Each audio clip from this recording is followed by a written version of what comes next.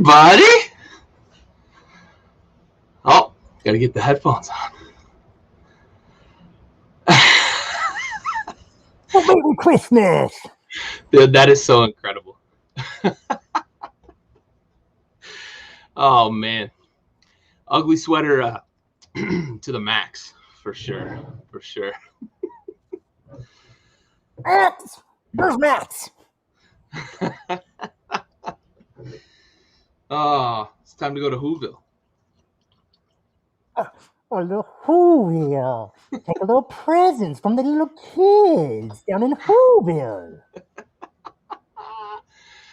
Oh, it's going to be a good night. All right.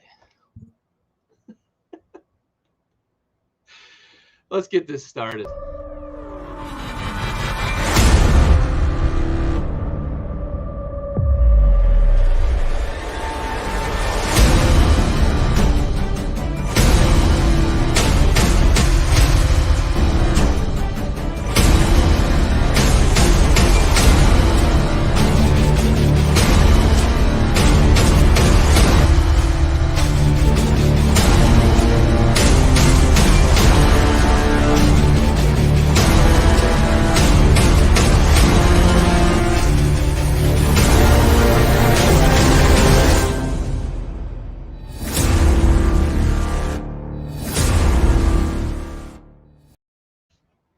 Man, I feel underdressed. Like I got a unicorn. Okay. I like it. Little ugly sweater unicorn, but I am not on that level. When you said you had something good for tonight, you delivered. You weren't exaggerating. Well, it just came today. Just came. Nice. So, yeah. Nice. Yeah. That's fantastic. Oh, well, we're going to steal Christmas. We're going to talk a little bit about college football. And just an FYI, I have no control with my hands on the mouse. So you are fully running the Shit. show. I am all by myself here. And it's hotter than Satan's balls. I can fucking imagine, man. Maybe one of these breaks I'll have to just take off the mask and go from there. For sure. I think we'd understand if you wanted to do that.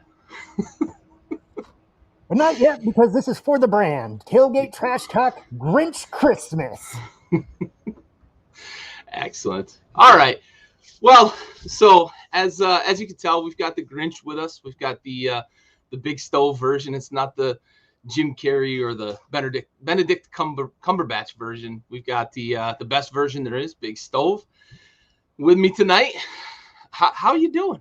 Other than being hot as balls. I'm hot, but I'm good. I bet. It looks warm.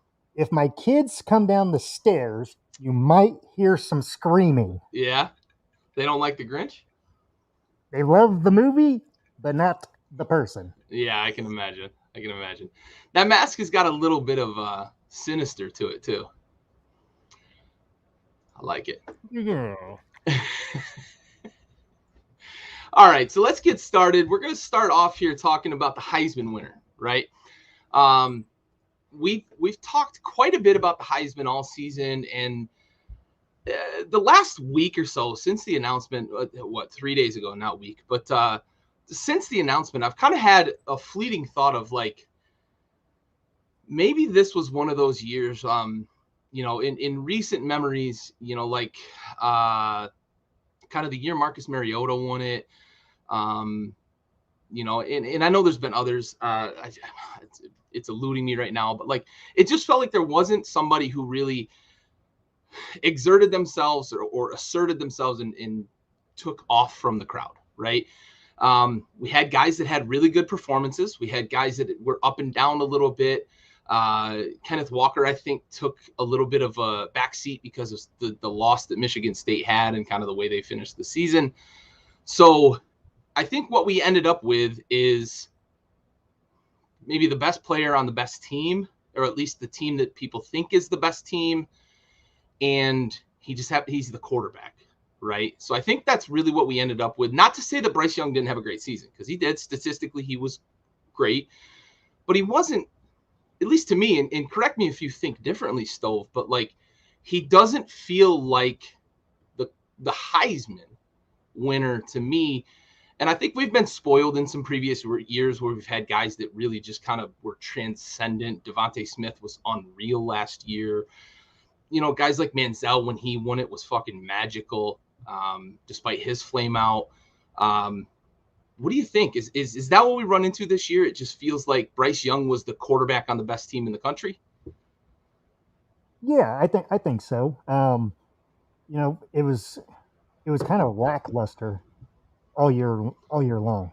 Um, you know, and like we've been saying for a few weeks, most of the season actually, uh, you know, it's basically a quarterback's trophy.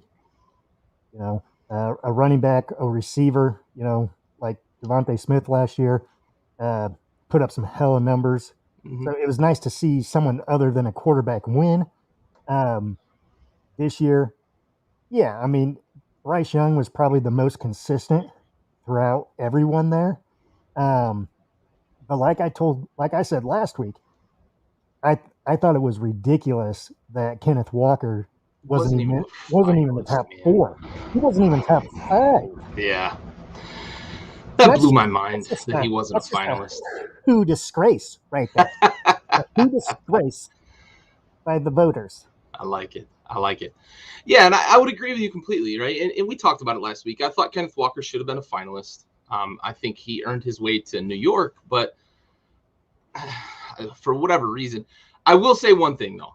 I did like that Aiden Hutchinson finished second because I thought he was the best defensive player in the country, and I also think that he was a difference maker on a team that's in the playoff. I like that he finished second. If he wasn't going to win it, I like that he finished second out of those 4 finalists because it just, to me, unless you're going to make it all quarterbacks run the table, you have to take into consideration how much of a difference maker he is for one of the best 4 teams in the country.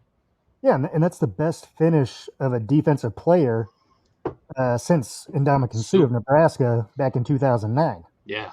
And only one defensive player has won it, and that was Woodson. Who, mind you, too, right? Like we say that about Woodson, but he also, in order to contend for the Heisman, Michigan knew they had to get him involved in other ways. Mm-hmm. He returned some kicks, I believe, that year, not all the time like a Desmond Howard, but he also played on the offensive side of the ball.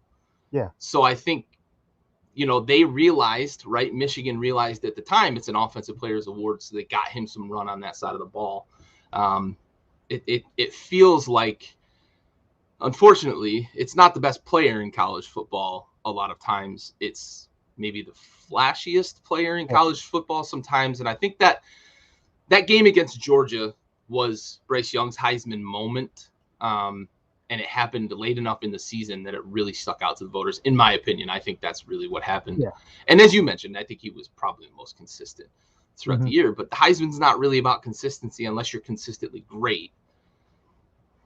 I don't know. Well, if that's the case, then Kenneth Walker should have been right up there. I'm with you. You know, I'm with you. The one besides Kenneth Walker, the other one that I have an issue with, I believe it was it Alabama's defensive player was number 5. Yeah. I'm looking at it, I'm just like, no, not at all. Like shouldn't even be considered at all. Like I think he's just considered because of his size. Yeah, great player. You know? If you look at his stats are just like they're nothing flashy at all. Like there's so many other defensive players that are more deserving of a higher ranking. I think he just, you know, he had the notoriety on one of the best teams and his size. Yeah. Yeah, it felt very, very strange, the way it kind of played out. Bryce Young was the best offensive player on, you know, what ended up being the best team in the country. And Will Anderson, you mentioned him, right? The Alabama linebacker, like of all people outside of, you know, who ended up in there, you know, outside of Aiden Hutchinson, I thought maybe Jordan Davis should have gotten more consideration, the Georgia defensive tackle who was a nightmare for opposing teams. But Yes. And Thibodeau as well. who the fuck is Will Anderson? Like, seriously, who the fuck is that? And I say that sarcastically. Yeah, who is that? He's from Hoover. I say that sarcastically because I think he's got potential to be like a next level middle linebacker, but not that guy. Why are you fucking like trying to be the smartest guy in the room with this voting shit? Like, I don't know, whatever. Fucking sometimes I get so irritated with this voting stuff. Mm-hmm. I go back to fucking Mariano Rivera being the first unanimous Hall of Famer. Like, sometimes people's credentials should be pulled, and these Heisman voters are at risk of the same thing, man. Anyway, any closing remarks on the Heisman before we start talking bowl week or the start of bowl season? Bryce Young better be prepared. First quarterback, to win. Possible natty championship. You better be careful. Yeah, that Heisman curse is real. I may come and take it. Absolutely. All right, so let's get talking about bowls here. We start the bowl season off Friday, 2 days from now, with a noon kickoff for Middle Tennessee against Toledo. Toledo's a 10-point favorite. 10's probably close. I'll lay the points. Give me Toledo by maybe 2 touchdowns. Yeah, I don't. Yeah, you look like you were burning up in there. Well, now if you can't tell I have any green on, now I just look like an adult elf on the shelf. You're double dipping tonight, man. Wow. Yeah, I bet it was hot as fuck in there. All right, couldn't do it. Couldn't do it any longer. Don't blame you. So I'm laying the points, though. We got Middle Tennessee, we got Toledo, noon kickoff on Friday. I'm laying the points. It's a 10-point spread. I think Toledo coming from the MAC in Middle Tennessee coming from, they're in like the Sun Belt or something like that. I'm going to lay the points here, probably 2 tutties for Toledo. What do you think? Yeah, I'm going Toledo on this one as well. Yeah, I like it. I like your pick there. Excellent. Next game up, Friday night, we've got the Shanties against Northern Illinois. The Shanties get a shit fucking bowl, man. And I know they lost. They got the short end of the stick all season long. They lost the second game down the stretch, which, whatever. But, man, give them a better fucking bowl game than the Tailgate Cure Bowl. Come on. The only good thing is they get to go to fucking Florida. They get to they're down there in Orlando and play in the shadows of Disney World. But Shanties, baby, Shanties. Yeah, 10.5. That's not enough. Shanties in a blowout, probably by 3 tutties. Let's go Shanties. Yep. All right, Saturday we kick off at 11 a.m. We're getting an early start to the day, both Friday and Saturday. Earlier on Saturday, Western Kentucky, App State. The roofclaim.com, another nice destination bowl here in Boca Raton, Florida. They get to see all those golf courses down there. App State, 3-point favorites. Who you got in this one? I'm going App State on this one. I'm going to go App State. Yeah, me too. They're plucky, and we know what to expect from App State. Western Kentucky's a little bit of an upstart this year. But, yeah, give me App State. All right. Thanks, Corey. Appreciate it, bud.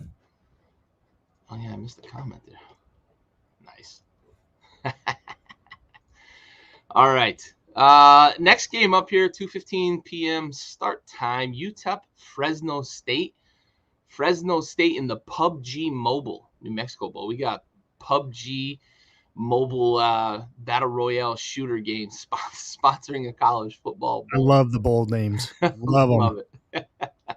Fresno's a 11.5-point favorite. I don't think that's enough. I think Fresno rolls here against UTEP.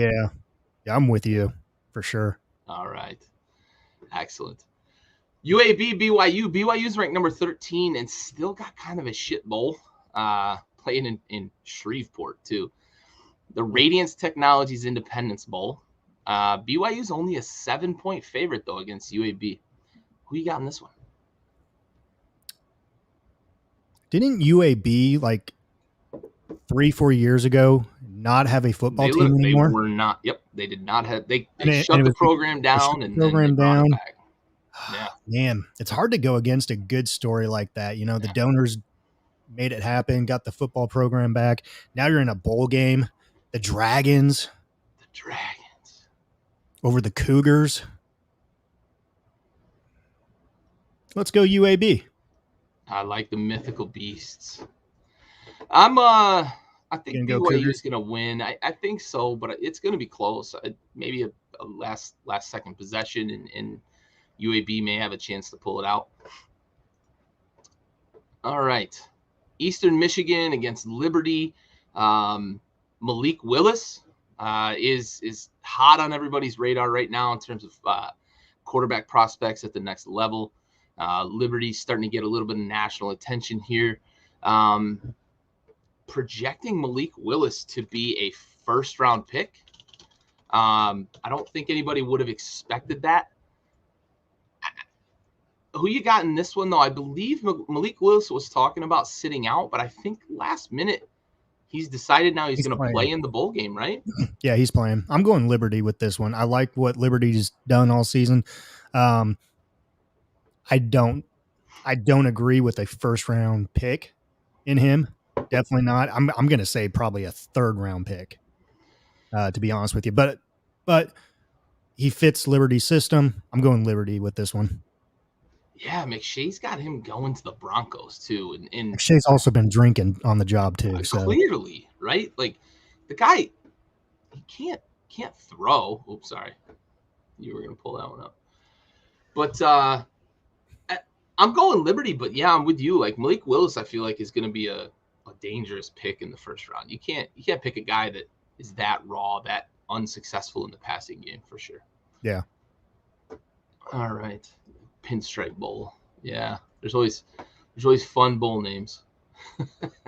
Gasparilla Bowl. Yeah.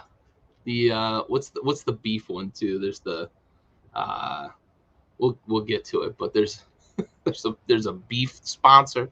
Good fun. This next one's fun. The Jimmy Kimmel LA Bowl, and it's presented by Stifle, but Jimmy Kimmel gets his name on a bowl. It features Utah State, Oregon State. Oregon State's a touchdown favorite. Utah State, it's 10-3. I'm going Utah State with this one. I'm with you. Like I don't feel like 7 is crazy. That's crazy to me. I think Utah State's a lot better than advertised right here. Give me Utah State with the upset for sure. Yeah. I'm with you. All right, the night game on Saturday, we've got Louisiana, the Raging Cajuns, losing their coach to Florida, ranked 23 in the country after their big win in their conference championship, facing Marshall, who's 7-5 but plays in a pretty good conference. Louisiana's only a 5-point favorite in this. Who you got? I'm going Louisiana on this one. A home game. Yeah. Playing in New Orleans. Yeah, Louisiana. I'm with you. I think 5 is disrespectful, honestly. I think they win by a couple of tutties. Okay. I do. All right. We move to Monday night. Oh, actually Monday afternoon. Yeah. Sorry, Monday. Love it. Not to conflict with any NFL time slots, but Old Dominion is taking on Tulsa. Nice afternoon game here as you're winding down maybe the work day. Yeah, they're playing. They're playing at the Shanties Stadium there. Conway, absolutely, yep. Absolutely, great place to be, especially this time of year. Tulsa's a 9.5-point favorite against the Monarchs. Who you got in this one? I was going Tulsa with this one. Yeah, I'm with you. I think they're the better team despite even records. I think Tulsa's probably going to win pretty comfortably here. 9.5 seems about right. Yeah. All right. Shifting gears to Tuesday, we've got Kent State, Wyoming. Kent State is a 3-point underdog in the Idaho Potato Bowl, the famous Idaho Potato Bowl. Who you got in this one? I'm going with the Cowboys of Wyoming on this one. They're gonna bring home the honors of that famous Idaho Potato Bowl. Nice. Nice. Corey, Kathy Hockey League, Cold Bowl. Seems like it might be created. Sponsored by Moderna. Jesus. Careful with that. People will be putting their tinfoil hats on.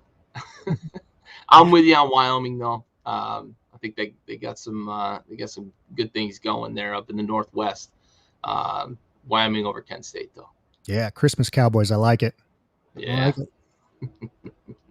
Famous Josh Allen Bowl. Yeah. There one. you go. That's the one, right? All right. Moving to the night slot there on Tuesday, we've got UTSA coming off their only loss of the season. They've been ranked for 5 weeks in a row, I think. They're not ranked this week, but they take on San Diego State, who is ranked number 24 in the country. However, Vegas has UTSA a 2.5-point favorite. Ooh, do they? This one's agree with Vegas. This one is a tough one for me. Yes, sir. I mean, because we were kind of on the UTSA bandwagon for a little bit there. Yep. San Diego State, they played some good games. I think they lost that last game of the season, or the second to last. Raced. Yeah. By Utah State. Yes. We just talked about. Yes. And Aaron. That's right, Aaron. They lost their last game of the regular season. That's right. Yeah, regular season. Yep. Sorry. I had that wrong. So this one's a tough one for me. But I'm not going to waffle. I'm not going to waver from the Roadrunners. UTSA. Give me the Roadrunners, man. San Diego State stumbled in their conference championship game. I think they were expecting much bigger things from their season. I think this is a game where a team like San Diego State might check out, and a team like UTSA is going to try to take this and build some momentum for next season, build some momentum for recruiting season. Give me the Roadrunners in this, motivated Roadrunners over San Diego State. Yeah, I like it. All right. Wednesday night, we've got Missouri facing Army in the Lockheed Martin Armed Forces Bowl, right? Some synergy there. Army coming off that tough loss to Navy in the annual rivalry game, America's Game. Army is favored by 3.5. You think they make good on that against Missouri? No. No? It's going to be more. Yes. Never go against the armed forces in a bowl game. Absolutely. Don't do it. That triple option's tough. And Missouri's Missouri. Yeah. So they can suck. So Army. I'm with you. A couple tutties here. That triple option is going to get healthy against Missouri. All right. Thursday afternoon, North Texas versus Miami of Ohio. Miami of Ohio is a 3-point favorite. Both teams 6-6. This is the Frisco Football Classic down in Texas. Who you got in this one? Kind of a home game for North Texas here. So I'm going to go with the home squad. Let's go North Texas. Yeah, I think I'm with you there because of where it's played. It's technically a neutral site, but North Texas can essentially put their shoulder pads on and walk to the stadium. So give me North Texas here over Miami of Ohio. Cool. All right. UCF versus Florida. UCF 8-4, Florida 6-6. Tough season for them. They're getting a new head coach. Playing in the Gasparilla Bowl, the Union Home Mortgage Gasparilla Bowl down in Tampa. Florida's a 6.5-point favorite over UCF. How do you see this one playing out? You know, and new coach coming in. You just got word today that Emory Jones is transferring, but he is playing in the bowl game. Yeah, interesting, right? It's very interesting to me. Why just announce that you're going to transfer after, UCF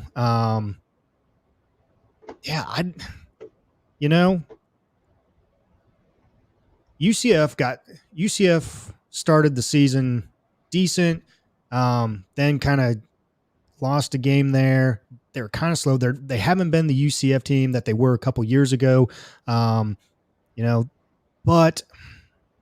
I'm going UCF on this one. I like the Knights. I got friends that cheer for both teams here. So, but I'm going the Knights on this one. Going the Knights. Yeah, me too. I think it's a tale of two teams. One team is just wanting to get this season over. Yeah. And just get next season started with the new coach there, Mr. Napier. And UCF is, of course, still, hanging on to, we want to finish the season strong.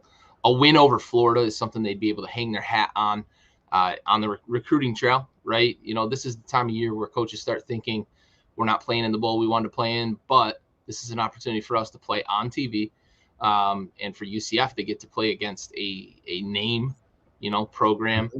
And if they can hang a W on Florida, that's something that they can certainly use on the recruiting trail. Hey, we own the state of Florida, right? Something along those lines, like they had the pseudo national championship a couple of years ago. So, for sure.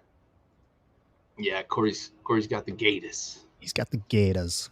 All right, on Christmas Eve, we get a nice little treat here. We get the Rainbows against Memphis in Honolulu. This is a home game. They're literally, I believe, playing at their own stadium, if I recall correctly. They are, and I don't agree with this bowl game Christmas at all. Eve too, right? I don't agree with this. You expect the team to be away from their family on Christmas Eve and actually compete in a bowl game in Hawaii? Like, send another team to Hawaii for the bowl game instead of the home state team, right? Like this make it a treat for both teams. Yeah, this is more of a destination, for a vacation, but also to play a game. Let some of these other schools experience it rather than just one, Right. But here's the caveat to that, and I want to say playing there in Hawaii, they are still on some very strict COVID restrictions, so that might be why Hawaii's playing there. You don't have to have two teams that have to be fully compliant with all, whatever their restrictions are. I really don't know. My mom and sister, they just moved down there recently, and obviously my sister's family, and they went through it, right? They had to have travel in there. You had to have vaccination. They did. My sister's stationed down there now. Oh, yeah. Hell of a spot to be. Yeah, vacation time. Do we need to go visit? I think we do. Tell our wives Merry Christmas. Absolutely.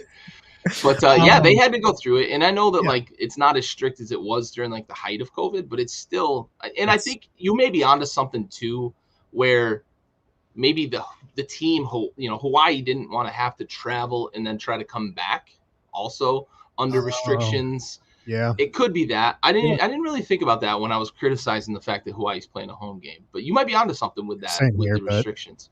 Aaron's in. Let's go. Yeah. I saw Hawaii play a couple times this year. They don't look good to me. I'm surprised they got 6 wins, but I think a lot of those wins come on the heels of these teams coming over to Hawaii and trying to adjust to the time change and everything else. Give me Memphis with this one. Give me Memphis. Yeah, you got Memphis in this one. Yeah. Okay. I'm with you because I don't think Hawaii's very good. I also think being schools out and they might have opportunity to go there a few days early, let the clocks adjust, that sort of stuff, your body clock. So, but yeah, man, it's tough to go there because you think about an 8 o'clock Eastern time game is like a 2 in the afternoon game. It's 2 in the It's like a. It's like 5, 6. Is it a 6 hour difference? I think 5 or 6. I think it's 6, but yeah, I think you're right. But imagine if they tried to play the game 8 o'clock Hawaii time, you'd be toast. You'd be playing a 2 a.m. game by your body clock. It'd be crazy. Yeah. But I'm with you. Memphis versus Hawaii. Give me Memphis over Hawaii for sure. All right, Christmas Day. We don't quite get the treat we would like on Christmas Day. We've got the Tax Act Camellia Bowl. It's Georgia State versus Ball State. Georgia State's a little bit exciting with that option run game that they've got, but this is kind of a stinker, I think, for Christmas Day. Who you got in this one? Ball State is going to have their stockings taken by the Grinch, Georgia State. I'm with you. I think that run game, that what do they call it? The veer option, whatever they've got that kind of spread you out and give you a lot of different looks. Triple options, speed options, a lot of that. Of course you do, Corey. Of course you do. I'm with you though. Georgia State over Ball State, regardless of the dick jokes. That brings us to our first sponsor break. Yes. Brought to you by PocketPairClub.com. Pocket Pair Club, club number 26881. PocketPairClub.com.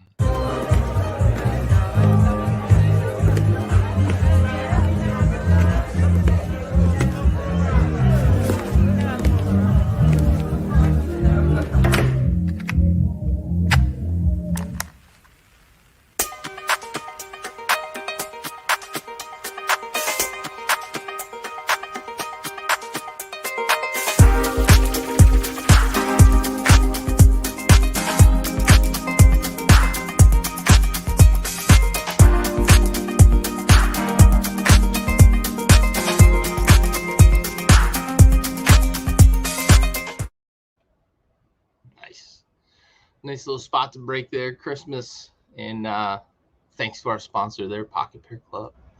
Yeah. All right. Picking back up here, we move on to Monday, 11 a.m. Another early start here. Western Michigan taking on the Nevada Wolfpack. Western Michigan is a 5.5-point favorite, and I'm surprised by that. Man. Because Nevada's better than I think a lot of people realize. Give them credit for, yeah.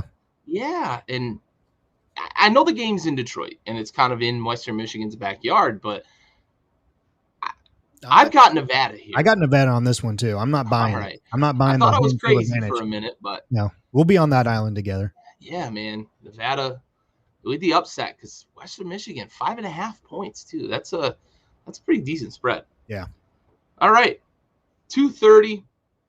We've got the game at the Navy Marine Corps Memorial Stadium in Annapolis, Navy's home turf. Military Bowl presented by big defense contractor Peraton. Boston College is taking on East Carolina. Boston College had a very up and down season. They beat some teams that they probably weren't expected to, but they also lost some games they shouldn't have. Taking on an East Carolina squad that was pretty middling basically all season. BC's a 3-point favorite. I think that score or that line reflects about where both these teams are. Who you got in this one? Well, I have a quick question for Aaron. Their QB isn't playing. Which QB are you referring to? That would maybe help my decision here. I saw ECU play against UCF down there in Orlando. Oh, Nevada. Oh, come on. That's right. I forgot Caleb Strong there. That's right. He did say he's not playing. Dang it. Okay. Can we have a redo? Yeah. No, I'm not. Nah. 4,000 yards and 36 tutties. Man. Take that off. I forgot he's not playing. Oh, 4,000 yards and, 36 tutties. Yeah. No, I'll stay with Nevada. I'll stay with Nevada on that one. All right. So going back to the game that we were talking about, the Military Bowl, man, I'm going to go Boston College on this one. I'm going to go BC. I like it. Quick aside on Carson Strong not playing too. Like, I don't think he's in a position to really just like call his shot like that. I don't think he's a first round quarterback, really. Like, I feel like he could use this game on national TV to make a statement, but I digress. I'm not his agent. I'm not his parents. I'm not him. But I feel like it's an opportunity for him against what should be an inferior. Yeah, I agree, John. He is a Grinch. I am a Grinch for sure. Absolutely. But anyway, Carson Strong is going to do whatever he wants. I'm with you though. Boston College over East Carolina here. Probably a tight game. That number's probably a good number. But yeah, I just think Boston College is just a little better than ECU for sure. Moving on to Tuesday, noon kickoff, Houston against Auburn. Number 20, Houston is an underdog against 6-6 Auburn, who is going to lose Bo Nix to the transfer portal. And they've been on kind of a real downslide since, that midseason loss to, was in Arkansas.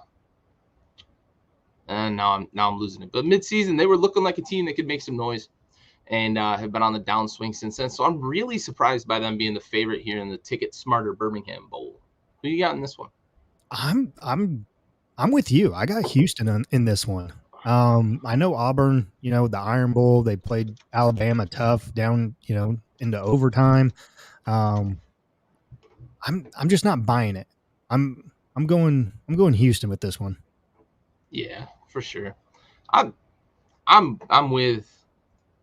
Yeah, they're going to lose some talent on that team for sure. I'm not sure if he's playing in the bowl game either. Bo Nix is having ankle surgery, and I got Houston. I just think Houston's kind of on this kind of a rise, and Auburn's going the other way, in my opinion. So give me Houston in this one.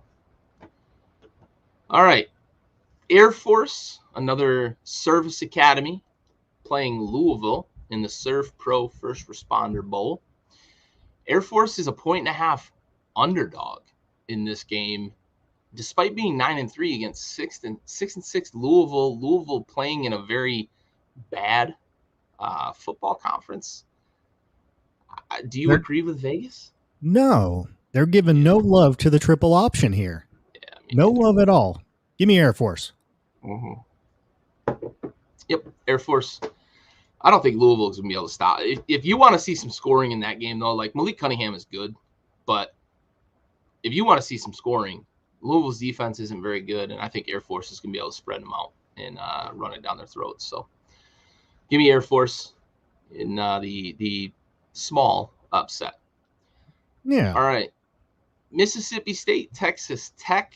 Mississippi State is a 9-point favorite in this. Is that number good?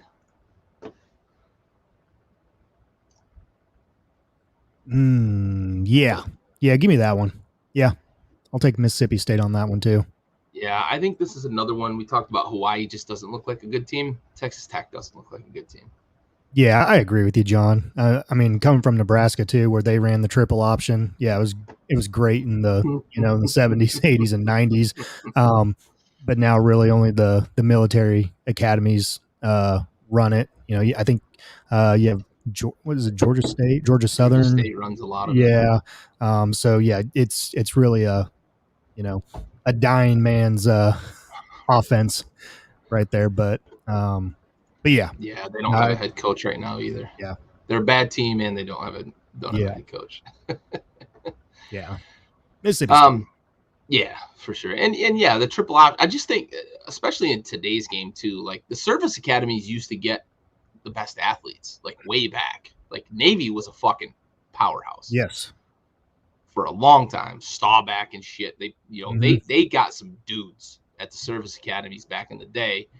Now, money and all that, the wealth of talent has kind of spread out. But when you have the best athletes on the field, the triple option could be devastating. But when the other team has as many good athletes as they have to stop the triple option, it really is, as you and John have said, it's a dying man's offensive scheme for sure. Yeah. All right, the UCLA versus NC State matchup almost had some really good intrigue here. Oregon had requested an interview with Chip Kelly, and we all kind of thought Stove was going to hit the fucking lotto again. Oregon ends up going different direction. Yeah. A lot of high schools. I think a lot of high schools still do. For sure. But almost had some intrigue with Chip Kelly, taking that interview at Oregon, but they went in a different direction. And we now get number 18 NC State against the Chip Kelly-led UCLA Bruins. Basically a home game for the Bruins, playing in San Diego at the San Diego County Credit Union Holiday Bowl at Petco Park, so they get to play on the baseball field. But How do you see this one playing out? NC State's only a 1-point favorite. Yeah, I don't like the spread. I'm going with the Wolfpack here. I saw enough of them this year that I think they can be dangerous. UCLA, they just seem up and down. You don't really know which UCLA Chip Kelly team you're going to get. Yeah, I'm going Wolfpack. I've been a buyer on NC State a few times this year, Mm-hmm. And I'm buying again. I think UCLA again. Chip Kelly is kind of that guy that you think can turn that program around, but they're not there yet for sure. Yeah. And John makes a good point. The zone read, they've just changed what the option looks like in today's game, right? You put them in the shotgun and you get everybody spread out and you start to read off the defensive end and make those plays. You're not putting your quarterback in a position to get hurt every single play. Yep, for sure. All right. West Virginia is taking on Minnesota in the Guaranteed Rate Bowl. Someone's getting Rocket Mortgage advertising there. Minnesota 3.5-point favorite over West Virginia. Who you got in this one? It pains me to say it, but it's how I do every bowl season. Being a Nebraska fan in the Big Ten, I gotta go with the Big Ten team here. So Minnesota. Yeah, I'm with you. Minnesota over West Virginia. I don't think West Virginia is a very good team. So I think Minnesota here.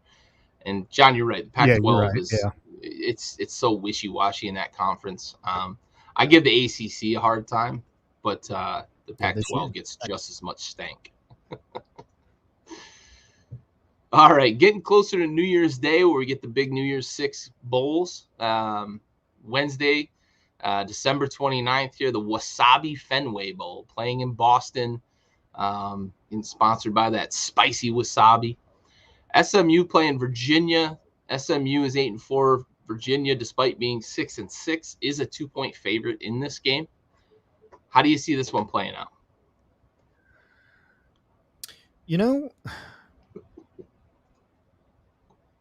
Man, SMU started off hot and then they kind of took a dive towards the end of the season there. I think they're going to continue that trend going down. So I'm going to go Virginia here. I think Virginia has a lot of buzz over the new head coach hire with Elliott there. So I think Virginia is going to take this one. Yeah, I think there's buzz there for a good reason. I also think that Virginia is a better football team than 6-6. It's been an off year for them, but you mentioned it. SMU was on the rise, playing well early in the season, and then tanked pretty bad. So give me Virginia over SMU. I'm probably going to lay the points. They probably win by 7 or so. All right, Maryland and yes, Virginia. John, you were correct. Yes, yeah. I know, bud. I promise you that I know. Yeah. Oof. Maryland, Virginia Tech. This one's basically a pick 'em 1-point spread here. We've got Corey's New Era Pinstripe Bowl playing in the Bronx, playing at Yankee Stadium. Maryland is a 1-point favorite over Virginia Tech, formerly conference foes. Get to face off here in the bowl game. We'll see Tua's little brother taking on the Hokies. I've got Maryland. I don't feel super confident in that, and I think that's reflected by the fact that it's a pick'em. Yeah, this game. I mean, unfortunately, it's really a toss-up, to be honest with you. I mean, I'm obviously going to pick Maryland here, Big Ten, but it's really going to depend on which Tua shows up, or I'm sorry, which Taulia. Yeah, because when they were getting a bunch of hype and they were playing at home that Friday night against Iowa, dude had 6 INTs. Like the first 8 minutes. So definitely had an up and down season. Wasn't consistent. Turned the ball over way too much.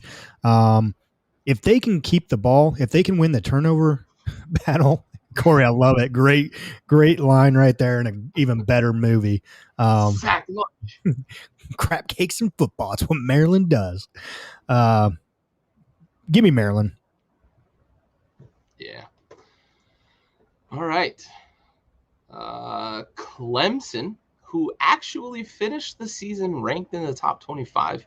They started to figure it out a little bit. Yeah, after a really rocky start to the season. They came on strong at the end. I think talent kind of won out for them.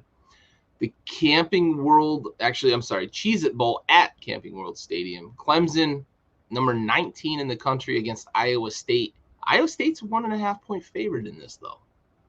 Does Clemson keep that momentum going, or does Iowa State knock them off? No, I think Clemson keeps it going here. Unfortunately, they're without their defensive coordinator. They're without their offensive coordinator. But Clemson started to figure things out there towards the end of the season, offensively. Defensively, they're pretty sound.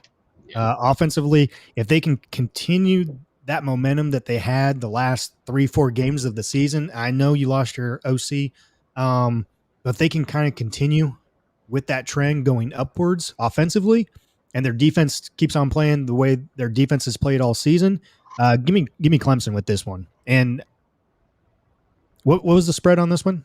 I believe 1.5 for Iowa State. Ooh. Yeah. Ooh. Yep. 1.5. Man. Yeah. Give me Clemson for sure. Yeah, I'm with you. I think athletes win out in this one. Clemson just has that defense that is, they could put it in their suitcase and go anywhere. And I think the offense has been playing better. They run the ball better, which has kind of taken a lot of that pressure off of DJ Uiagalelei. Yeah. But yeah, give me Clemson in this one to roll with those athletes for sure. Wife, it's our ugly sweater Christmas episode. Ugly sweater. We've got them on. We out here. Yeah. All right. Couple more games here, and then we'll break for another quick sponsor break before we finish up. A lot of bowl games, which is great for viewing. Great. Yeah, great for viewing. Oregon, Oklahoma closes out Wednesday night. Oregon number 14, Oklahoma number 16. This is where we really start to get into some of the bigger bowl games. Oklahoma 4.5-point favorite in the Valero Alamo Bowl. I know it's in San Antonio, which is sort of in their backyard, but is Oklahoma going to be able to take down Oregon?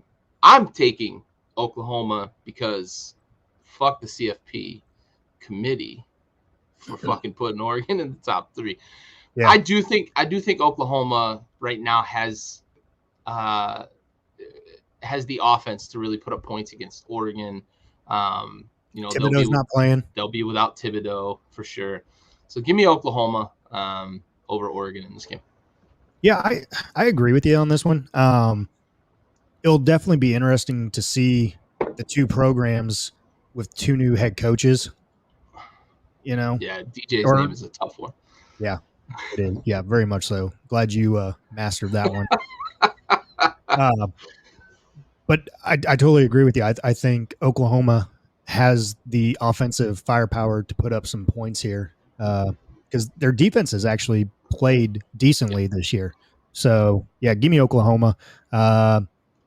What's the spread? 4.5. Oh, in Oklahoma's favor?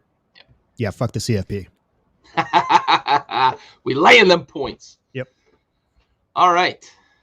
Thursday, December 30th, kicks off at 11:30 a.m. The Duke Mayo Bowl, baby. The Duke Mayo Bowl. And we get the Carolinas, the Battle of the Carolinas here. We get North versus South. UNC's an 8.5-point favorite. They've had a real bad season for where we expected them to be at the beginning of the season. South Carolina, they're getting a new quarterback. Yep. I don't know if that's good or bad for them because of who it is, but North Carolina 8.5-point favorites.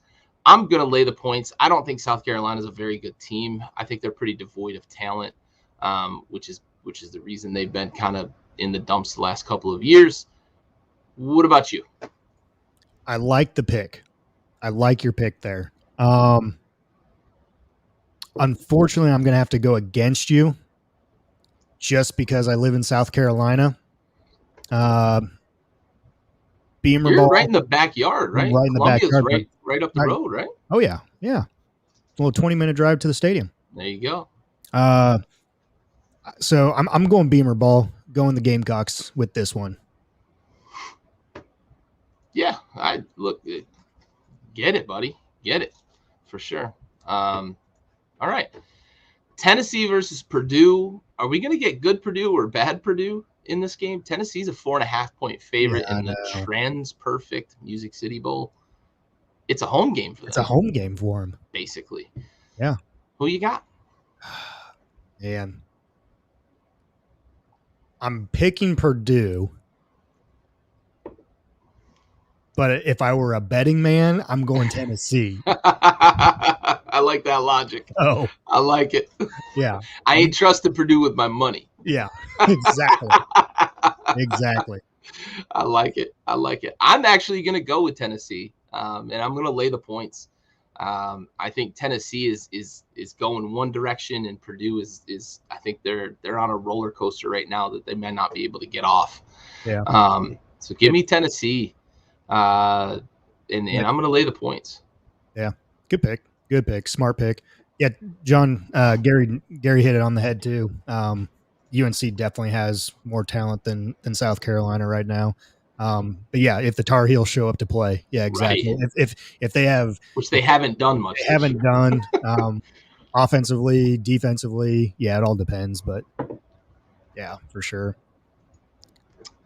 Yeah, that'll be a tough one, honestly, with the way Purdue kind of beat up on some of the teams that were at the top of the pile for the Big Ten there. But I think Tennessee's heading in the right direction, which feels good because I've got some buddies that are fans of Tennessee. I feel good for them. Yeah, Josh Heupel has them going in the right direction there. Yeah, for sure. All right, we get two of our favorites on the show here facing off in the Chick-fil-A Peach Bowl. For Pittsburgh, we've got Kenny Pickett and Michigan State, Kenneth Walker III. Michigan State is a 1.5 favorite. They're ranked number 10. Pittsburgh ranked number 12 coming into this game. Who you got? Fucking hey, like come on. Right?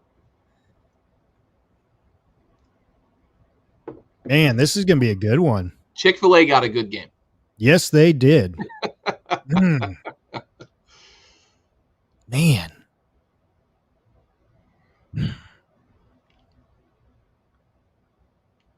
This is a tough one. Bud. That's so funny. Ooh. Would they even allow it? What if Chick-fil-A was played on They Sunday? wouldn't be able to sell Chick-fil-A at the Chick-fil-A game. Wow. It's so funny to me, too, that the Mercedes-Benz Dome in Atlanta has a Chick-fil-A. Oh, yeah. It's never open for NFL games. But think of how many other events there are. They're killing it anyway. They're still cleaning up, but it's just they're never open for NFL games. Yeah.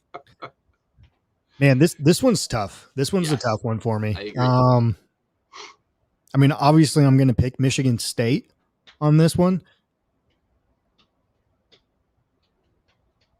But if Pickett can pass like he has lately, unfortunately, fake slide. Unfortunately, he can't do the oop-de-oop there with the fake slide. Man, this one's really good. I'm torn on this one. I really am. But I'm going to go Michigan State. I'm going to go Kenneth Walker, proving that he should have been a top 4 Heisman finalist.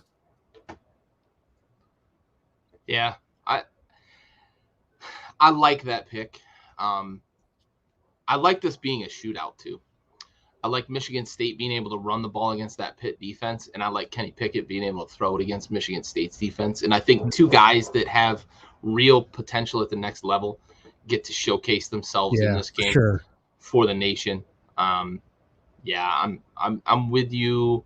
I think Michigan State in a shootout for sure. Okay. Sorry to waffle there. That one was just a tough one, man. That's a tough one. Yeah, Thursday and Monday night games for sure.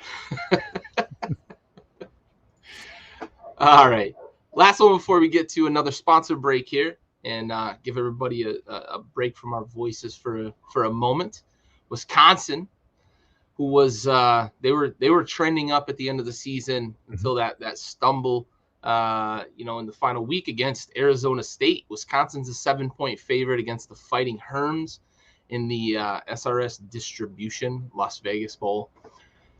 The best part of that is going to Vegas, right? Like win or lose, you're in Vegas. But who you got in this one? You got Scotty or you got No, I'm going Wisconsin on this one. There's been just too much, I wouldn't say turmoil with it's been a weird year, hasn't it? It's been a weird year for Arizona State. Yeah, totally agree. So I'm going Wisconsin. That ground game. Yeah. They're going to be taking. Are you Belgian? No. Czechoslovakian. There you go. Now you know.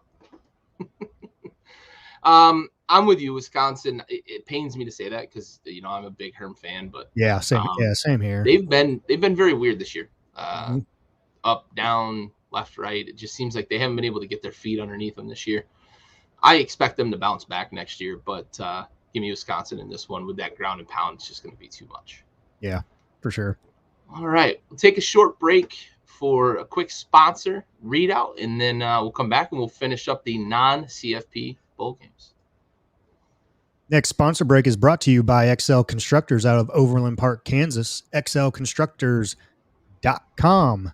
Ryan Trotnick out of Overland Park, Kansas. XLConstructors.com.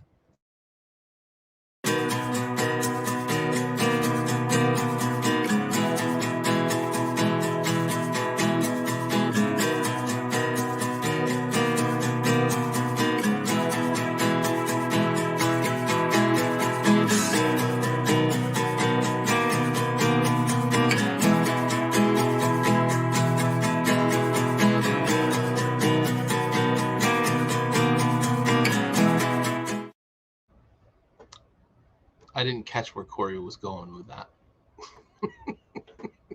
Oh, I just saw that. Well done. Yeah, good job, Corey. Yeah, well done. Good job. All right, let's pick up New Year's Eve. We got a solid slate of games. Dude, New Year's Eve is including the CFP games, which we won't talk about. We won't talk about those this week. We'll hit that the week of. But yeah, hell of a slate. New Year's Eve. Yeah. We've got starting the day off at 11 a.m. early kickoff. Wake Forest, number 17, taking on number 25, Texas A&M. A&M's a fairly decent favorite here at 5 points, but who you got in the Tax Slayer Gator Bowl? Man, this one, the Deeks slinging it out. Mm-hmm. But I'm gonna go the defensive side for A&M here. I'm going A&M. Yeah, I like Sam Hartman a lot. I like what Wake Forest can do offensively. I just don't think defensively they really can do anything against anyone. Yeah. So I think A&M's going to have enough to outlast them in this game. So I'm with you, A&M over Wake Forest. We've got the Washington State Cougs against the new head coach having Miami Hurricanes. Miami's a 2.5-point favorite in this game. The Tony the Tiger Bowl. Yeah, Tony the Tiger. Who you got in this one? I got Miami in this one. I got Miami. They were trending upwards towards the end of the season there. I think they're going to take that momentum and run with it. Yeah, I agree with you. I think they were on the right track toward the end of the season, and I think that new hiring they're gonna I believe that they're gonna turn things around there in Coral Gables. Starting with a win here in the Tony the Tiger Sunday. Yeah. All right. We've got Barstool Sports sponsoring the Arizona Bowl this year. Central Michigan taking on Boise State. The Boise State Broncos are 7.5-point favorites. I'm going to lay the points. Boise State, I think, has too much talent for Central Michigan. Yeah, I agree with you on this one. I truly think 7.5 is probably a little too low on this one. So, yeah, Boise State. All right. We've got 2 more games on New Year's Eve, but we're going to save those for another day. Real quick, speaking of Barstool, Did you see the commit that Jackson State flipped from FSU? Yes. Barstool basically gave that dude a 1.5 million NIL deal. God. The number two cornerback overall. Number 2 overall recruit cornerback was committed to Florida State. What a coup. What a coup by Coach Prime. Big get. Jackson State gets themselves a dude. Yeah, that dude is he's the real deal, and that's a big get for them. 1.5 million. Frozen pizzas. Ooh. Yeah, he is. Yes, he is. I hear those frozen pizzas are shit. Yeah. They're expensive. Oh, man. All right. Moving on to New Year's Day. We've got Penn State, Arkansas kicking off at noon. This should be a good game, my opinion. Two teams that have been through some trials and tribulations, but also have a lot of talent on both sides. I'm going to go with Arkansas in this. I think my heart is telling me Arkansas. Penn State's a 2.5-point favorite, but Arkansas is ranked 21. Penn State's unranked right now. Who you got? No, I mean, if I were a betting man, I'd be going Arkansas here. But I'm going to go Penn State Nittany Lions. Big Ten. Yep. Them Franklin's up there. All right. But yeah, if I were a betting man, I'd be going Arkansas. The Fighting Frankies. Yep. All right. Oklahoma State, Notre Dame, number 9 versus number 5. This should be a big game. Couple of defenses that are really talented. Notre Dame's a 2-point favorite in this game. Does Oklahoma State rebound from that Big 12 championship game loss and knock off Notre Dame? Absolutely they do. Okie State, Mike Gundy, let's do it. I'm a man. I'm with you. Give me the Pokes. Okie State rolling over Notre Dame. All right. Kentucky gets a big bowl, the Verbo Citrus Bowl, but it's on New Year's Day. They're playing Iowa. Is that who you're going with there, Amy? The Golden Domers? Oh, man. Come on, man. Come on. John hates that since he got in. Yes, he does. Yes, he does. I love it. Oh, love it. All right. Iowa, Kentucky. Iowa's number 15. Kentucky gets a big bowl here. Number 22 in the country. Stoopsy's got them going in the right direction. Yes, he does. They're also a 3-point favorite. You laying the points against Iowa? Iowa. Yeah. Another Big Ten. Touchdown, Jesus. Since he keeps John up at night. Man. There are a lot of sleepless nights there, John. I get it. I honestly, I do hope that since he keeps it close, to be completely frank, I don't believe they will. Yeah. But I hope they do because I like that a non-power 5 school. Hey, that's 2 weeks from now. I know. 2 weeks. Come on. Spoiler alert. All right. I'm going Kentucky though. Okay. You got Iowa? Not bad pick at all. Yeah, not bad pick at all. Kentucky. I'm again soft spot for Kentucky. I'm buying against Iowa. I think this is a big win for them. That's going to help them with future recruiting. All right, Utah coming off a fresh dismantling of dog shit Oregon, and they're going to face Ohio State in the Rose Bowl. Ohio State's a 6.5-point favorite. Are you buying that line? Wow, 6.5? Utah has looked good. They have, but it's also Pac-12. Yeah, I can't disagree. Golly. Cam Rising looks like the real deal, though. And it's Ohio State. Pains me again. Ohio State, and I'm going to go big here. Okay? Big. I'm going big. We got steamroll. I got 17. Woohoo! 3 scores. Yes. Okay. That's a big number. I like it.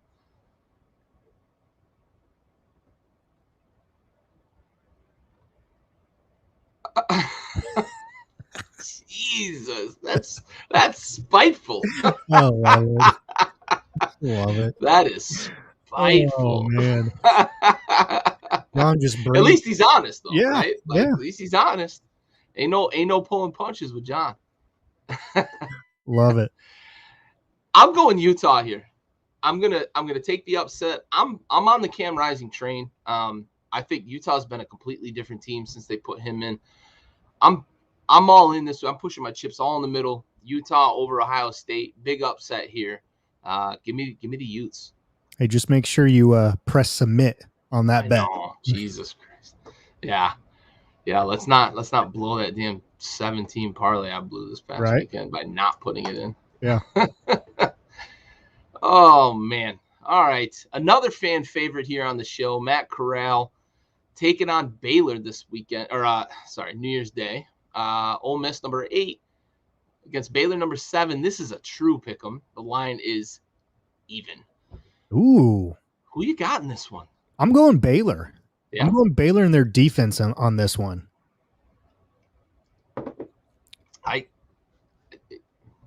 I understand why you make that pick. I do.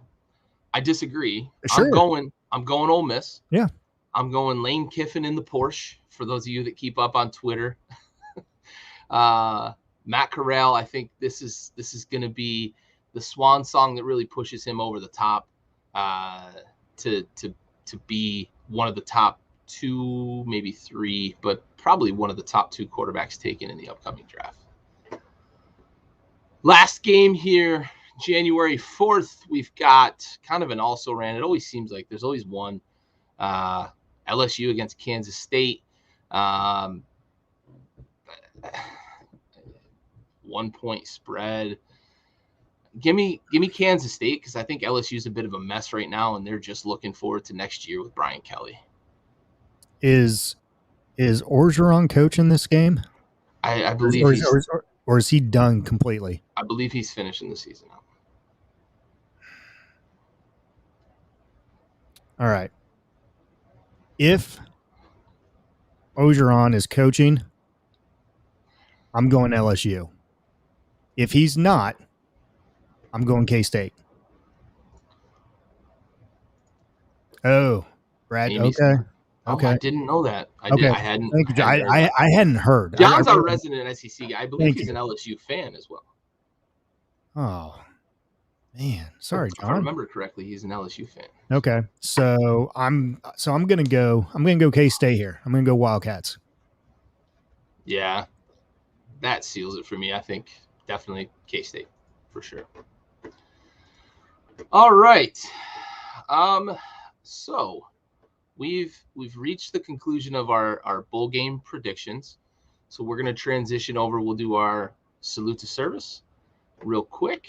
The most important part of our show. Do this on both Backyard Blitz and here on Tailgate Trash Talk. So we'll finish strong here with our salute to service.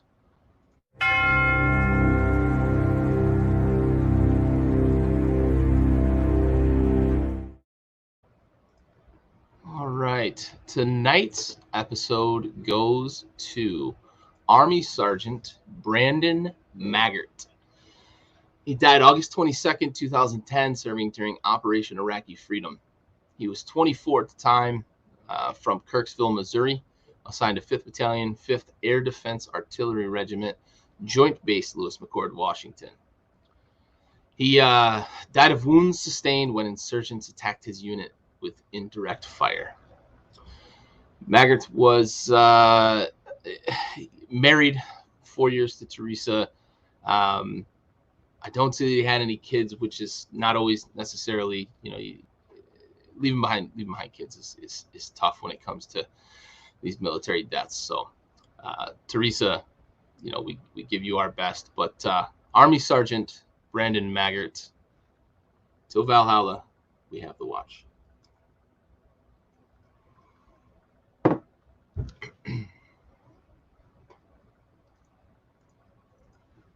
All right, let's bring the energy up a little bit. Hey, John is throwing some fighting words at me. Oh, we got some heat. We got some heat coming. Yep, but he's true. I mean, he's spitting the truth here.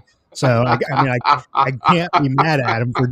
I mean, He's totally correct. That's so mean-spirited, John. Yeah. Hey, that's the truth. I like that energy, Yeah. but man, that's mean-spirited. Yeah. I mean, really, 97 was the last one. Yeah. Yeah. The old. I mean, that was I mean, they played in. Was that Tom Osborne's last year? It was his last year, and that was with Frost.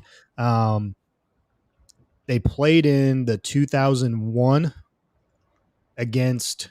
They shouldn't even have been in the national championship in 2001 because they had a beat down against Colorado. And then they had another beat down in the Natty against an unbelievable Miami team. That team was stacked. Unfucking. That was an NFL roster. Ed Reed, Shockey. Oh my god. I mean, just Dilma. Yeah. Fucking McGahee was on that squad. I think Frank Gore was a freshman on that squad. Maybe. Thank you, John. I appreciate that. Yeah. I appreciate that. I agree with you. And I'm not just saying it because it's Nebraska, but no, I agree with you. Aaron finishing strong. So I'm going to open up the debate here because let's he mentioned Merry Christmas, You Filthy Animal, right? So we're going to talk Christmas movies. Okay.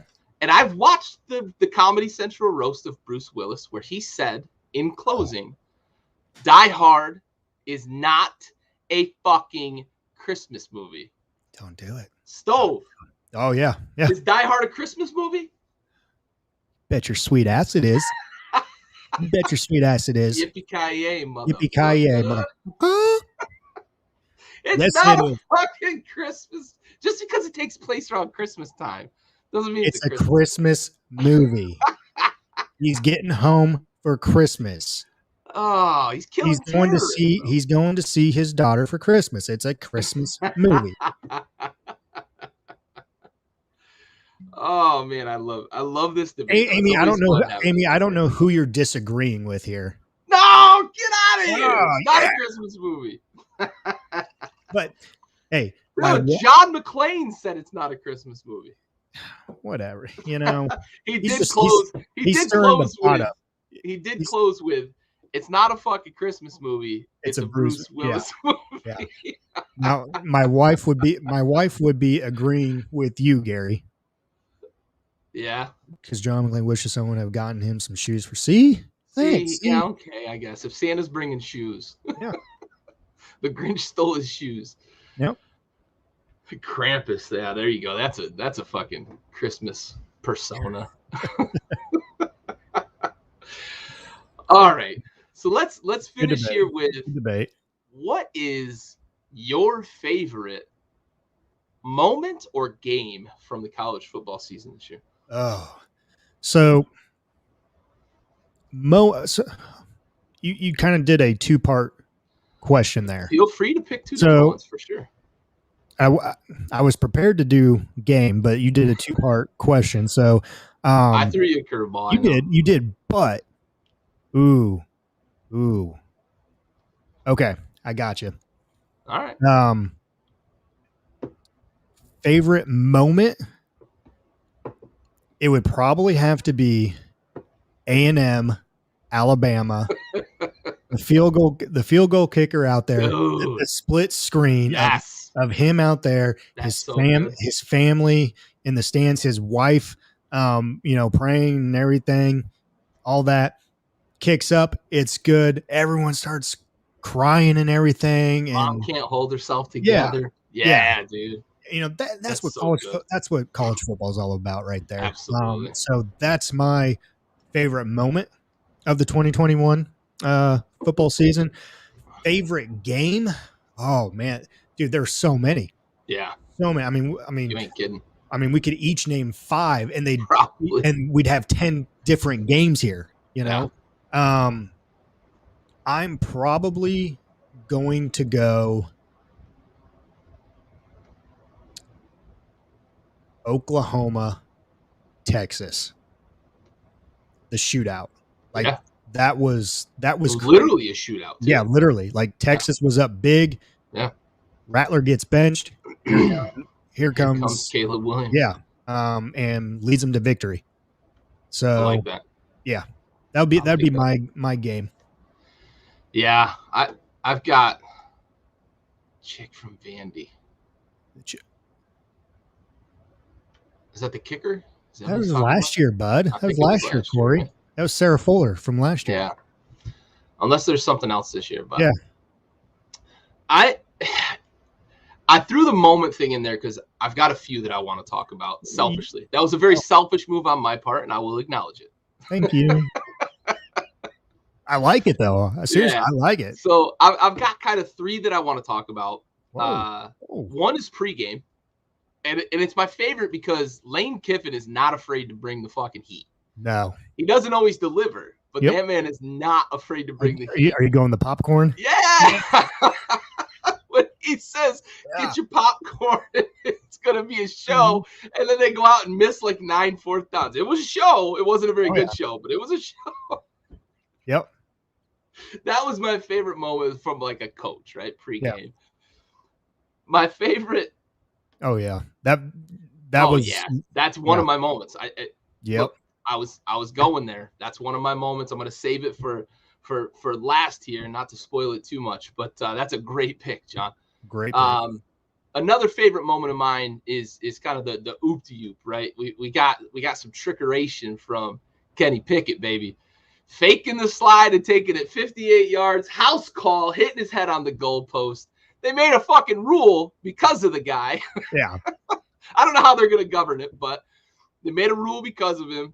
But man, you fake that slide, you take off 58 yards to the hizzy. I'm all in. That was some awesome shit. I can't wait to see Pickett at the next level. I don't know how he didn't like sprain or break an ankle or a knee or something. I'm looking at the replays of him doing that, and I'm like thinking to myself like, how? And I'm doing it slow motion walking here. I'm like, how the fuck did he do that running? He's against other athletes. Yeah. Man, unbelievable. Touche. But I am going to finish where John went. That's a great pick, John. Watching that unfold, it was a roller coaster of emotions. And I'm not a Baylor fan, and I'm not an Oklahoma State fan, right? I have a soft spot for Baylor because of the RG3 magic. I will admit to that. I also have a soft spot for Oklahoma because I like Mike Gundy and who he is as a coach. Going back to the press conference, the I'm a man, come after me, don't go after my player, right? But I'm not an Okie State. I'm not a Cowpoke. I'm not a Baylor Bear fan, through and through. But the emotions of that moment as kind of an unbiased bystander were just unreal. The handoff gets taken and it looks like he's got the corner. And then I see this defensive player that's got a chance. He's got a chance, but he's got to run him down. He's got to keep him out of the end zone.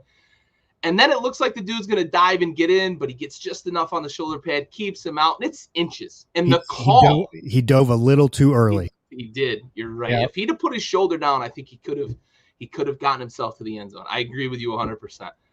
But man, it just, that play encapsulates like what we love about college football. It's hanging in the balance. Like Oklahoma State has a chance to go to the CFP. Mm-hmm. They need someone to lose, but they've got a fucking chance. Yeah, for sure. On that play. Yeah. It's unbelievable. And then Dave Aranda after the game, like after that moment, he's just like, oh yeah, another play. Like he was calm, cool, and collected. That dude is the most level motherfucker. Yeah. I want that guy leading troops in the battle. Like for real. That dude is just so level, so even keel. And even in the interview after the game, he couldn't heap enough praise on his players, couldn't heap enough praise on his coaches for managing all the egos that he came into the program with, that sort of stuff. So that shit is awesome. That's a great moment. For me, right there. And I do love a man with a bitch emoji. You're goddamn right I do. I think we all do. Right? Like, Mullen McCall. I think you'd be un-American if you didn't. Right. We got Grayson down with the Shanties. Yeah. So, real quick. So Corey asked, "What's your favorite upset from this year?" We'll come back to that one. Yeah. You go ahead with your. Let me go with my game of the year. I'm gonna go with Michigan finally slaying the dragon. I know that there's a lot of hatred for Harbaugh in this podcast, right? And rightfully he's earned a lot of the the naysayers, right? But man, the way that they beat Ohio State and finally exercised the demons, got over the hump, won the Big Ten, got to the CFP. That's my game of the year.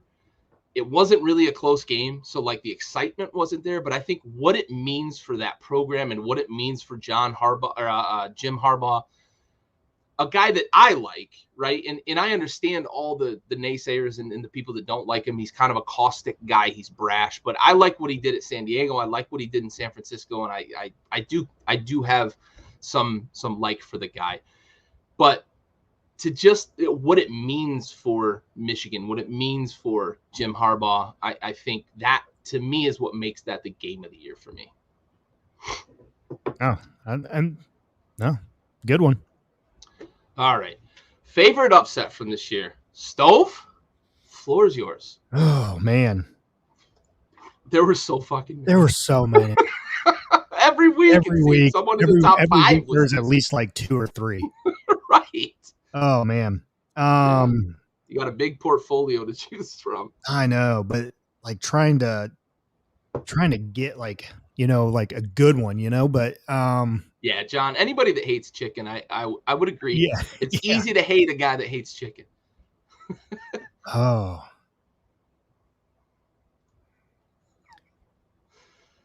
Favorite upset of the year. Amy's got any KU win. You could go the KU over Texas, I guess. Yeah, man, that's a big upset. Could go back to the A&M Alabama game. I'll buy you a little time. Okay, if you already have one, go for it. Okay, I do. Go for it. Stanford, Oregon. Yeah. The way it happened too. Forcing overtime on an untimed down and then winning it in overtime against that team. That's my favorite upset of the year, just for the way it played out and what I was able to throw at the CFP committee for that loss. Yeah. But that's my favorite upset this year. I'm going to go a more recent one. I'm kind of surprised you didn't go here now that I'm thinking about it. Navy over Army. Ooh. I like that a lot. That was fun. Dude, that's a bucket list game. It is, man. And just, we were so I learned something this weekend about that game. Okay. And being a Navy vet, I should know this, but like I didn't go to the academy, so like the game means a lot to me, but it doesn't mean the same thing to me that it means to like the midshipmen, right? That I served with that go through that school. That game is never played at West Point or Annapolis. I thought it was played at. I thought it was. It's been played in Philly 96 times at different sites in Philly. Really? I shit you not. Like I didn't know that. And really, it's never been played in Annapolis. It's never been played at West Point. It's been played in New York City at MetLife or Jersey at MetLife. It's been played in Philly like 96 times. It's been played in Boston. It's played in Baltimore. It's never played at the service academies. I did not know that. Wow. I thought it was.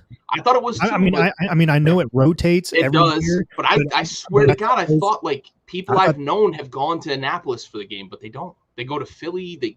It's crazy. And it's been played 2 times, not on the East Coast. Now we're getting into like weird history, but it's 2 times not on the East Coast. Once in Chicago, and the other was in at Pasadena at the Rose Bowl. Okay. I learned that this weekend, and I had to do a double take when I heard it because they talked about it. I was listening to the Sirius broadcast of it because we were traveling a little bit on Saturday, and I was watching it some and then listening and then watching the rest. But they were talking about it, and I was like, "Fuck!" Stove and I just talked about that being a bucket list, and I swear to God, like Annapolis was my destination to go watch that game. Is where I would want to go watch it. Exactly. Yeah. Same here. Ain't gonna happen. Now we need to reassess and start saving for next year. Yeah. But no, it's, and maybe it's just because it's fresh in my mind, but the whole atmosphere, the whole game in general, everything that goes into it, and seeing I mean, this was probably one of the, I guess, most recent Army Navy games that I've seen where there was a lot of chippiness in this Oh game. yeah, And I know there is, in there was every more year, than usual. but it seemed like it was more than usual. And like there was at one point in time, I messaged you and they just been Ryan. Thanks, Ryan. All right. There was one point in time where they had just gotten a flag for unsportsmanlike conduct. I can't remember who it was, but like literally like the next play or two plays later, you see a guy on the sideline basically just power bomb another guy and they didn't get a flag for it. Like I was like, I messaged you. I said, that dude just power bombed him. Like, and, holy shit. But then like afterwards, usually after games like that, you see the sportsmanship and the camaraderie and everything being in the military service. And you saw some of that, but then you also saw the Navy quarterback was like, like, but just everything, the chants afterwards, singing the school songs and everything. Man, definitely a bucket list, but Navy was 13-point underdog. Yeah. Rightfully, like Army'd been a really good team this year. Yeah. And it's like the old cliche goes, right? In these rivalry games, you just throw the records out, and that's what we saw with Navy against Army. Yeah, for sure. That's a big upset, fun game to watch. John, if it's going to be a permanent neutral site game, it should be moved. I agree and I disagree. And hear me out. And it's purely a selfish move on my part. But from my time, from when I've watched this game, it's always been on the East Coast. And it's you get the weather changing. You have rain. You had like 2 years ago, you had the fog game. You had snow. That's what I love about it being on the East Coast is you have all these different atmospheric changes that that game could be played in. Where if you go down to Jerry World, it's in a dome. Atmosphere. Yeah. And so really, I mean, Army, Navy, it's almost a I wouldn't say cliche or anything, but kind of a not conclusion, but when they go into battle, overseas or wherever, you don't know what atmosphere each day is going to bring. So it's kind of it goes hand in hand to me. So that's why I think it should stay on the East Coast. The thing to think about with the sites that it's played at too, they're militarily significant. Yeah. Like Philly was the headquarters for the Constitutional Congress, and it's when they declared independence, declared war on the crown. And New York City was once the capital of the country, and Baltimore is one of the most important harbors, especially back when the fleet was a wooden fleet. So, with the exception of like Chicago is militarily significant because that's where Navy boot camp is. But Pasadena, whatever reason they chose to play out there, and that was back in like 1930, 1940, something like that. So, but it would be neat to kind of take the spectacle on the road. But I'm with you. I like to see snow in these games. I like to see the cold weather and the unexpected conditions. I think that's a good parallel for what they can expect when leading troops into battle, those sorts of things. So I'm with you, but yeah, that's a fun upset this year. Navy gets to kind of notch that one to their belt. They won't be playing in a bowl game, but they got the big win over Army. So that's something to certainly hang their hat on. It was a big time down year for Navy. They'd lost some guys, quarterback, a couple of their running backs, those sorts of things, and that triple option scheme. It's tough to just kind of plug and play. So sure. But all right, I think that brings us to conclusion of this week's show. Want to take a moment again to thank John, Corey, Amy, Ryan, everybody that was reaching out, interacting. Dad, thanks for watching again this week. Appreciate your support every week. But yeah, this little microwave. Yeah, we see you out there. Thanks for stopping in and saying hi. Thanks for supporting. And absolutely. Thanks for letting us borrow Big Stove every week for the show. And it makes it fun. We said it last week. We've said it for a few weeks now. But the more interaction we get with people watching the show, it makes it fun for us. It makes it, we get the different perspectives. It's great to hear people's take on things, and some people are plugged into things a little more than others, and it's good to hear that sort of stuff. Stove, any closing remarks? No. Again, appreciate everyone taking the time out of their evening to join us here again tonight. We will not be doing an episode next week with Christmas being a couple days away. Traveling. Gary's going to be traveling on the road and all that. So from us here at Tailgate Trash Talk, hope you and your families, loved ones, have a very Merry Christmas. Safe travels if you are traveling. Gary, safe travels to you, my friend. Thank you. But we will be back 2 weeks from today. A lot of bowl games to talk about when we get back. A lot of bowl games, too. and then CFP playoff games. Absolutely. So can't wait to talk about Cincy. John, you better be here. John is marking it in his calendar right now. It will be on reminder. So yes.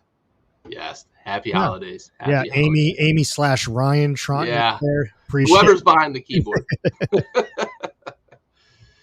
All right. Well, Stove, thanks again, man. Really appreciate you. John, all right. We look forward to it. Can't wait. Yes, sir. Can't wait. Bart Scott. John, again, if you haven't seen yet, do it yet, but make sure to get on our Facebook page and message us your address. Get you some swag there from Tailgate Trash Talk. Yeah, for sure, buddy. For sure. All right. So for Stove, I'm Gary. This has been Tailgate Trash Talk. And in closing, Die Hard is not a fucking Christmas movie. Bite your tongue. Bite your tongue. We are out. Merry Christmas, everybody.